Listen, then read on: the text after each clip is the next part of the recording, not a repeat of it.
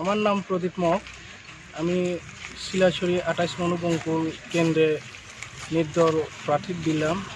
সামনে আশা করা যায় ভালো বুথে একটা জয় হবে। কীরকম সারা পাচ্ছেন এইভাবে?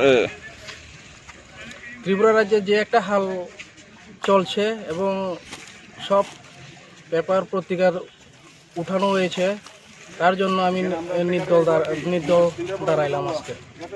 তো আপনার লড়াইটা বিশেষ করে কার সাথে হচ্ছে?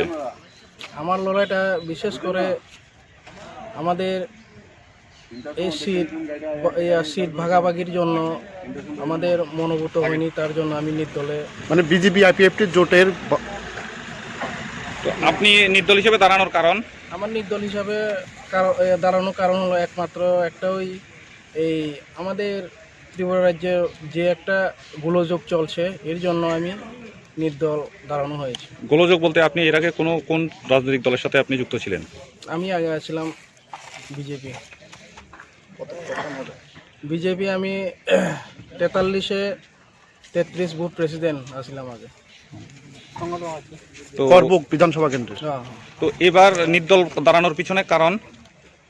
এবার নির্দল দাঁড়ানোর পিছনে কারণ হলো ত্রিপুরা রাজ্যে যে একটা গোলযোগ চলছে, তার জন্য আমার আগে আমি নির্দল প্রার্থী দিলাম। এটা কি জোট নিয়ে? না না জোট নিয়ে। জোট নিয়ে মানে বিজেপি আইপিএফটির যে জোট, না। জোটের কোন জিনিসটা আপনাদের কাছে মনপ্রত হয়নি যার কারণে আপনি নির্দল হিসেবে দাঁড়ালেন? সিট ভাগাভাগির মধ্যে আমাদের মনোভূত হয়নি, তার জন্য আমি